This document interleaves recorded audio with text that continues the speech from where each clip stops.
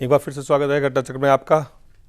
और नरोदा पाटिया नरसंहार जो दंगे में जो हुए थे उस पर माया कोडनानी को 28 साल की सज़ा कोर्ट ने सुनाई है, जबकि बाबू बजरंगी को उम्र भर जेल की सज़ा उन्होंने सुनाई है। सबसे पहले दिखाते हैं आपको अपनी ये रिपोर्ट।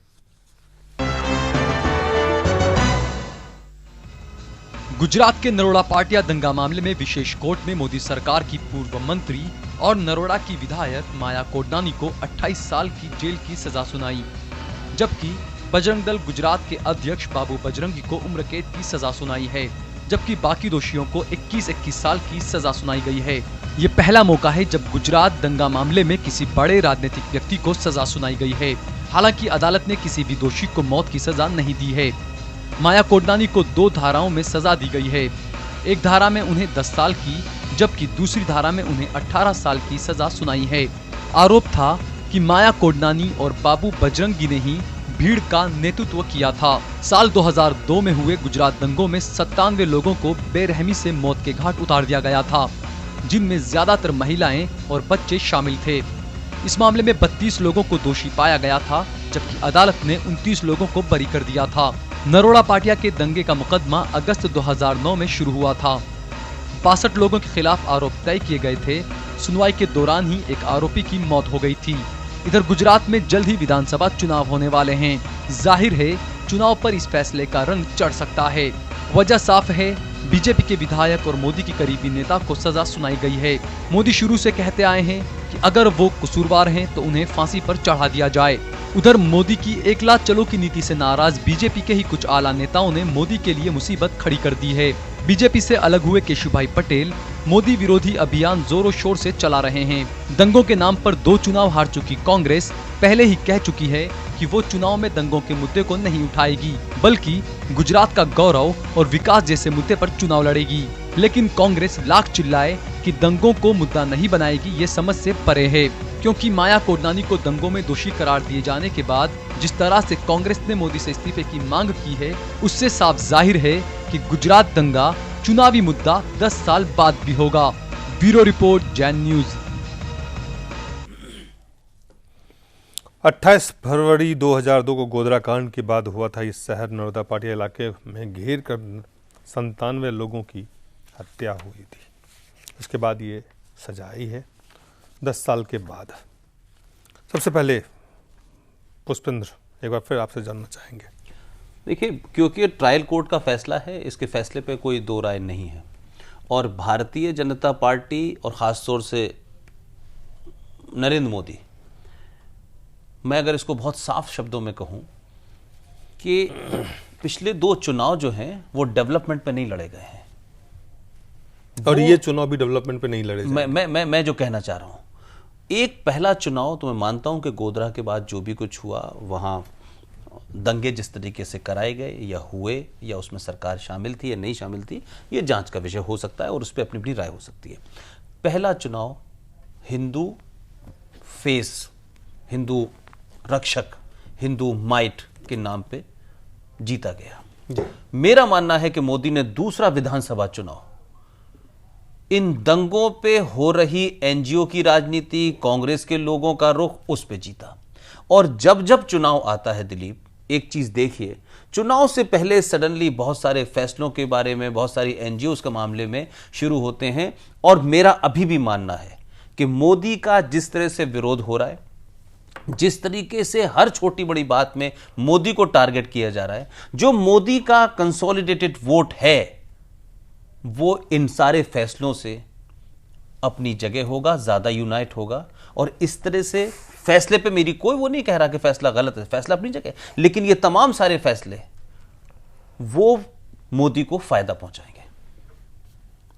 हुसैन साहब, फैसले जो आए ऐसा है कि एक तो मोदी ने वहाँ जिस ढंग से राजनीति की, मैं तो उसकी कंपैरिजन बंगाल के ये आज़ादी के वक्त बंगाल में जो फसाद हुए उससे ही करता हूँ।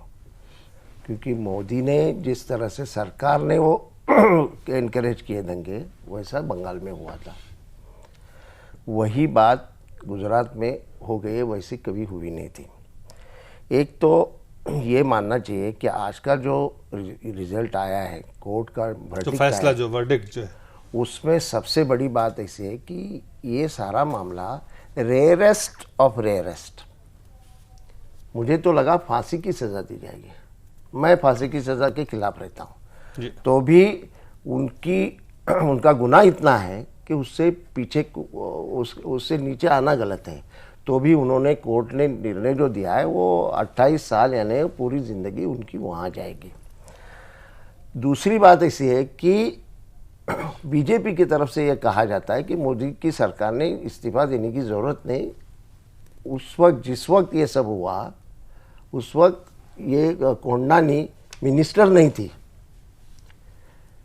वो फसाद के बाद मिनिस्टर भी, और अडवाणी साहब के रिकमेंडेशन से भी ऐसा बहुत सारे लोग बोलते हैं। आज अडवाणी साहब इसके बारे में कुछ बोलते हैं नहीं, चुप है, तो सरकार जिम्मेदार किसी नहीं, उसको एक तरह से रिवॉर्ड दिया गया। ये मेरे ख्याल से वो चुनाव में क्या होगा मैं नहीं बोलता, क्योंकि एक माहौल तैयार किया जाता है एंटी मुस्लिम, और उसकी जरिए और मुसलमान भी गलती करते हैं ना। 11 अगस्त को मुंबई में जो हुआ वो मुसलमानों की बड़ी गलती है, और मैं उसका निषेध करता हूँ, मैं हर दफ़ा उसका निषेध करता हूँ कि उन्होंने हमारे जैसे सेक्युलर मुसलमान है उनकी जुबानें काटने का काम किया। इस तरह का होता है, उसका फ़ायदा वो लोग उठाते हैं। गोधरा की ट्रेन में क्या हुआ उसका फ़ायदा उठा के आपने सरकार ही ये करते हैं।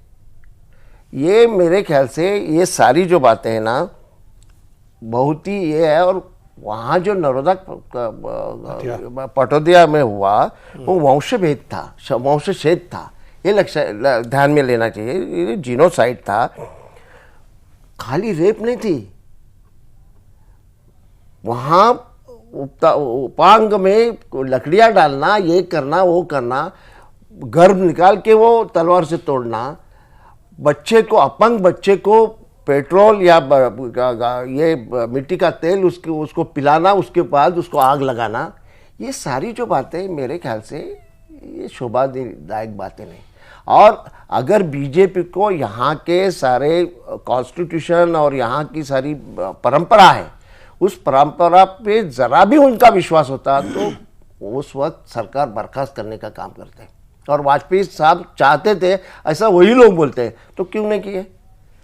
मेरे ख्याल से ये सारी जो बातें हैं उसका तो डॉक्टर तनिका सरकार ने अपनी बुक में कहा है कि गुजरात में जो हुआ वो खाली ऊपर ऊपर की बात, फसाद बिसाद की बात नहीं, एक तरह से आगे जाके आप ये करेंगे तो सबक सिखाने की बात है।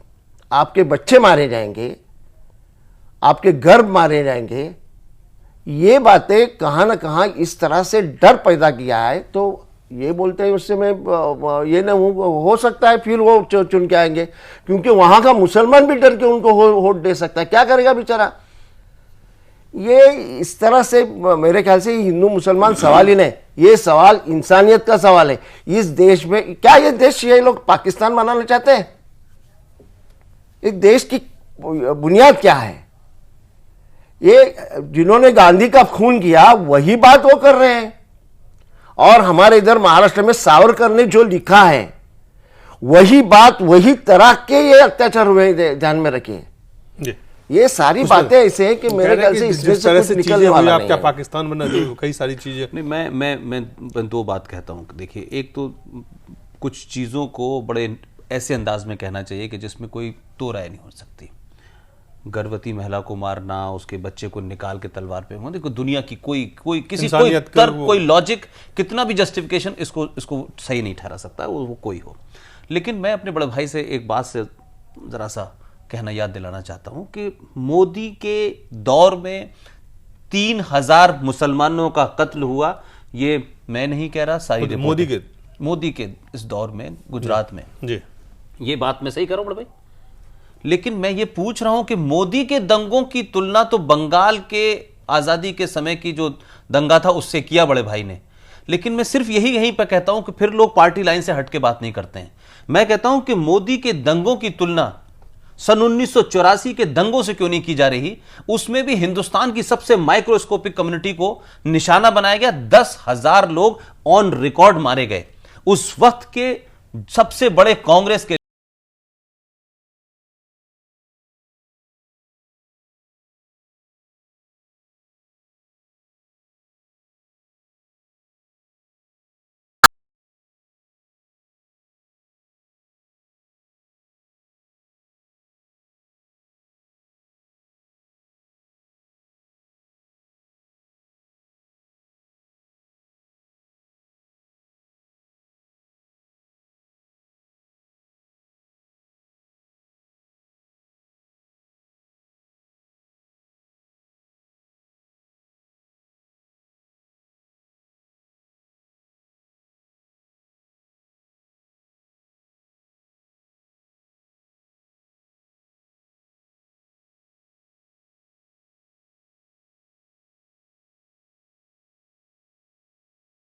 सारी बात सही है, लेकिन इस मुल्क के रिकॉर्ड में 3,985 दंगे जो होम मिनिस्ट्री की रिपोर्ट है उसमें से 90% दंगे आपके दौर में हुए। आपने किसी मुख्यमंत्री को फांसी पर चढ़ाया?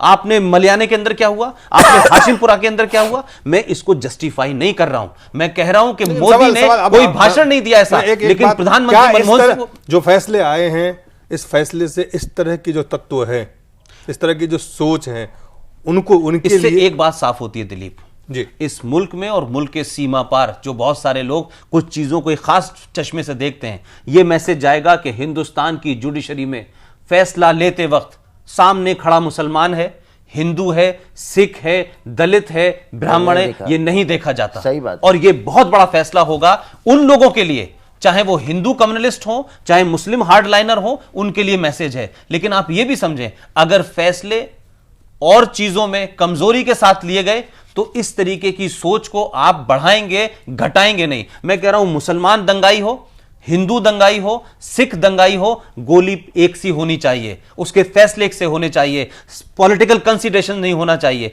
मैं ये कह रहा हूं उसका बहुत इंपॉर्टेंट है। लिहाजा ये फैसला भारत की जुडिशरी में बहुत मायने रखता है, भारत की छवि इससे ठीक होगी, और भी जो केसेस चल रहे हैं उसमें भी इतनी ही ईमानदारी से फैसले आने कठोर संकेत मिलते हैं, साफ साफ जाते हैं। बिल्कुल गया जी, जी। अच्छा, अब ये एक संदेश गया जी। चलिए देखते हैं, राहुल गांधी अब सरकार में शामिल होंगे। सबसे पहले दिखाते हैं हम आपको अपनी ये रिपोर्ट। कांग्रेस के नेतृत्व वाली यूपीए 2 सरकार इस वक्त सबसे ज्यादा संकटों से जूझ रही है, चाहे वो भ्रष्टाचार का मुद्दा हो या महंगाई का। हर मोर्चे पर सरकार पर हमला हो रहा है। प्रधानमंत्री मनमोहन सिंह की क्लीन इमेज पर भी कोयले की कालिख के आरोप लग रहे हैं, और इन सभी संकट का सीधा असर सरकार के साथ साथ कांग्रेस पार्टी पर भी पड़ रहा है। कांग्रेस का ग्राफ लगातार नीचे खिसकता जा रहा है। पार्टी के रणनीतिकार अब इस समस्या के समाधान के लिए राहुल गांधी की वकालत कर रहे हैं। पार्टी के रणनीतिकारों का कहना है कि पार्टी में राहुल को बड़ी जिम्मेदारी मिलनी चाहिए। इस बात पर कांग्रेस अध्यक्ष सोनिया गांधी और राहुल गांधी भी मान गए हैं, लेकिन पसोपेश ये है कि संगठन में उन्हें भेजा जाए या सरकार में। ना तो रणनीतिकार समझ पा रहे हैं और ना ही राहुल की तरफ से कोई पहल हो रही है। अब प्रधानमंत्री ने संकेत दिए हैं कि राहुल गांधी उनकी कैबिनेट में होने वाले अगले फेरबदल में शामिल हो सकते हैं। Well, I have always been of the view that Rahul Gandhi should play a more active role in our government.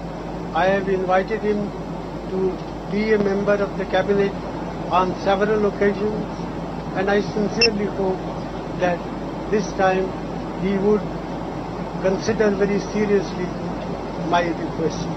But I have no inside knowledge of what he is planning to do. Manmohan Singh भले ही इशारा कर रहे हों कि राहुल इस बार उनकी cabinet में आ सकते हैं, लेकिन सरकार जिन हालातों से गुजर रही है उसमें राहुल कैबिनेट में शामिल होंगे, और अगर वो मनमोहन कैबिनेट का हिस्सा बनेंगे तो वो क्या सरकार की छवि बदल पाएंगे? क्योंकि सरकार उधार की बैसाखियों पर है और मुलायम जैसे सहयोगी इस सरकार को इतना फायदा नहीं उठाने देंगे कि वो अपनी छवि बदल सके। Bureau report, Jain news. Hasan साहब, राहुल गांधी मंत्री बनने से कितना फायदा होगा मनमोहन सिंह सरकार को, कांग्रेस पार्टी को?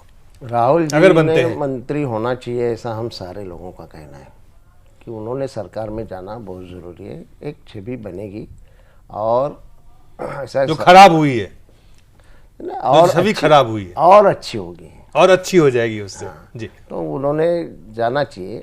हम उनको प्रधानमंत्री करके देखना चाहते हैं। तो एक एक्सपीरियंस के लेवल के ऊपर इंदिरा जी भी पहले मंत्री बनी थी, तो उन्होंने बनना चाहिए, ऐसा हमें ज़रूर लगता है। लेकिन जिससे कि पार्टी और कांग्रेस दोनों को फायदा हो। आखिर वो डिसीजन क्या लेते हैं उसके ऊपर सब है जी।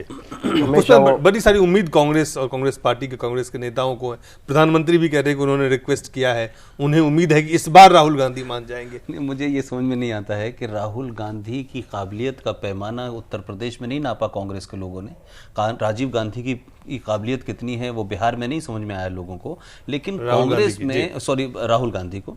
लेकिन दूसरी बात यह है कि इसको ये देखें कि प्रधानमंत्री ने आज अपने ऑन बोर्ड ये कहा कि मैं इस्तीफा नहीं दूंगा, ठीक है, और फिर उसके बाद कहा मैं मैं नहीं पढ़ना चाहता, और फिर राहुल गांधी की बात कही। तो ये बात कुछ दिन पहले अभी चंद दिनों पहले मोहन सिंह ने भी कहा कि क्या मनमोहन को कांग्रेस का एक धड़ा हटाना चाहता है, क्या इसकी स्मेल आ गई है मनमोहन सिंह जी को? तो उन्होंने कहा इससे मैं पहले इस्तीफा नहीं दूंगा, मैं इस्तीफा नहीं दूंगा और राहुल को ले लूंगा उसमें।